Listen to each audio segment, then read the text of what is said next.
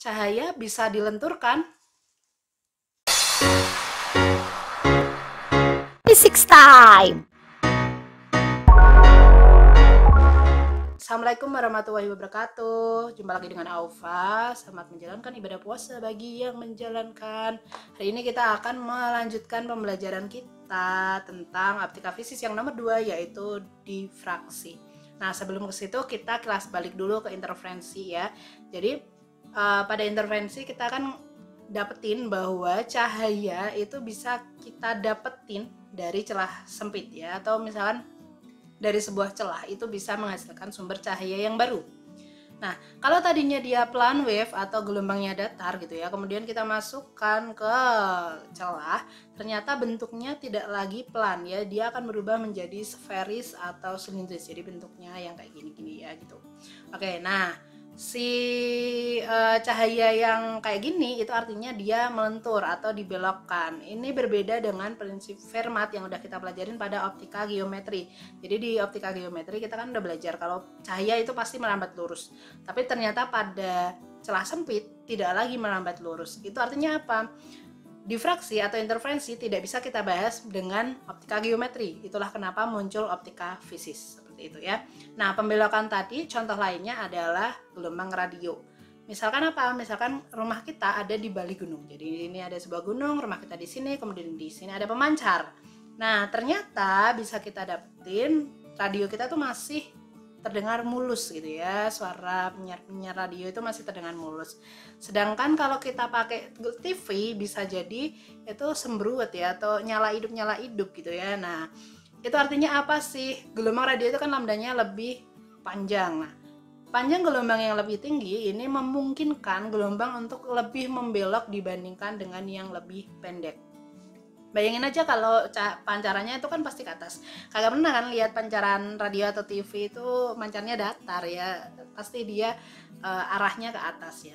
Kalau secara logika otomatis cahayanya itu pasti ke atas, atau sinar gelombang radionya itu pasti ke atas gitu ya. Tidak mungkin ke belok gini ya. Ternyata tapi bisa. Nah, pembelokan inilah yang disebut dengan difraksi seperti itu.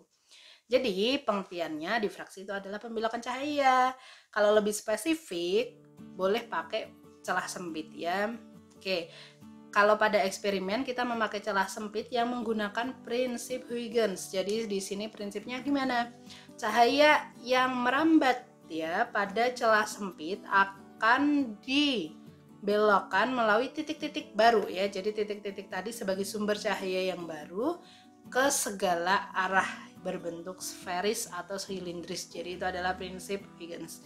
Nah, gimana prinsipnya dalam difraksi? Kita akan lanjutin dalam pembagian difraksi, yaitu ada dua yang kita pelajarin, difraksi celah tunggal dan difraksi kisi seperti itu. Mari kita lanjut ya. Yuk kita mulai ke difraksi yang pertama, yaitu difraksi celah tunggal. Nah, di sini kita tahu ya tadi ada sebuah celah, kemudian kita kasih sumber cahaya. Ternyata bentukannya itu menghasilkan sebelah sana screen-nya atau layarnya itu gelap terang kayak interferensi yang kemarin nih.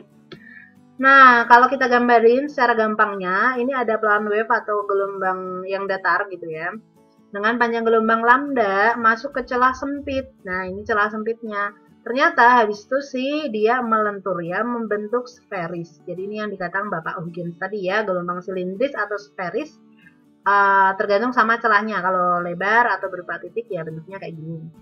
Nah, di sana kalau ada layar dia bentuknya ya gelap, terang, salah ya. Tengahnya terang pusat ya, berarti terang, gelap kayak gitu.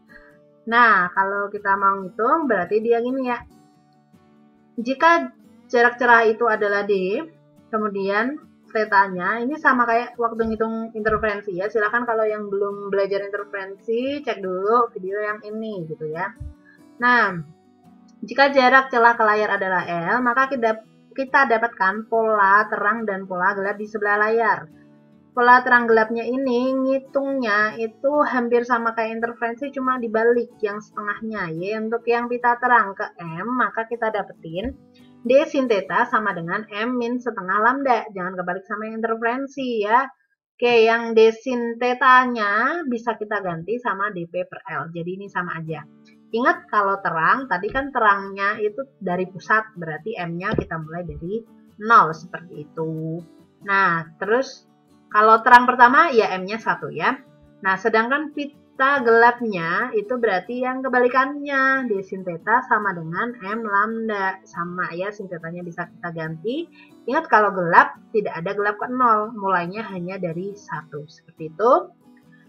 Itu yang difraksi, contohnya gimana ini ya? Sebuah celah. Nah, kalau udah ngomongin sebuah celah, berarti ini ngomongin difraksi ya. Sebuah celah memiliki lebar 0,2 mm disinari cahaya berkas sejajar dengan panjang gelombang 5000 Armstrong. Jika sebuah layar ditempatkan 100 cm di belakang celah, maka jarak garis gelap ke 1 dari terang pusat adalah. Oke, penyelesaiannya ya udah ya kita tulis dulu yang diketahui. Memiliki lebar, berarti ini adalah ya si D-nya ya. Jangan lupa jadikan meter dulu. Oke, habis itu panjang gelombang, berarti lambdanya 5000 Armstrong atau 5/10 pangkat min 7 meter. Jika sebuah layar L ya, berarti 100 cm atau 1 meter, maka jarak garis gelap pertama berarti M-nya 1 ya. Yang ditanya adalah jaraknya berarti P-nya. Sehingga kita dapetin, ingat kalau yang garis gelap berarti kita pakai yang dP mol ya. dP per L sama dengan M lambda. Nah, kalau P-nya ya udah sama dengan M lambda L per D. M-nya kita masukin ya, 1 lambdanya 5000 Armstrong ya, yang udah diganti tadi. Terus L-nya 1, D-nya adalah 2, 10 min 4. 5 bagi 2 adalah 2,5, 10 pangkat min 7 bagi 10 min 4 itu 10 pangkat min 3. Jadi kita dapetin P-nya adalah 2,5 mm. Seperti itu ya. Kita lanjut aja ke difraksi yang nomor 2, yaitu difraksi yang kisi ya. Jadi kisi ini itu namanya juga kisi ya. Celahnya ada banyak. Nah, karena celahnya banyak, berarti ini celah tunggal yang diperbanyak. Lebih dari 2 juga. Sebenarnya konsepnya ini memakai penjumlahan interferensi dengan difraksi. Nah, praktikumnya kayak apa sih? Contoh praktikumnya adalah seperti ini ya. Jadi, ini praktikum dilakuin di SMA gue ya, SMA 1 Ungaran. Terus habis itu, ini pakai kisi CD atau DVD ya. Jadi, kalau nggak punya alat yang sebenarnya ada di lab, cuma kita mau pakai yang beda ya. Kita pakai CD atau DVD, kita kasih cahaya sinar hijau ya di sini, ternyata akan menghasilkan terang pusat. Kemudian di sana ada terang pertama. Ini terang pertama agak jauh ya, karena kita pakai hijau di sini, lambdanya lebih pendek ya. So, kalau kita pakai merah, nah ini kelihatan lebih dekat. Terang pusatnya ada di sini, ini terangnya di sana ya. Cuma dia agak lemah biasanya, lebih agak kelihatan gitulah ya. Tapi it's okay, mau pakai manapun, yang penting mau ngitung lambda atau itunya pasti kebukti gitu ya. Nah, untuk perhitungannya, sebenarnya perhitungan pada QC ini sama persis kayak interferensi. Pembuktiannya pun hampir sama. Jadi nggak akan aku tulisin ya. Karena kita bentuk nih, lihat. Ada terang pusat, terang gelap, terang pusat, gelap, terang gitu ya. Nah, kalau kita kecil lagi nih, frekuensinya kelihatan nih. Ada noise-nya di sini sebenarnya. Jadi kagak full gitu. Terus habis itu perhitungannya aku udah bilang tadi sama persis. Untuk pita terang berarti dia D sin theta M lambda atau dP mol ya. Dengan M-nya mulai dari 0 jelas karo terang.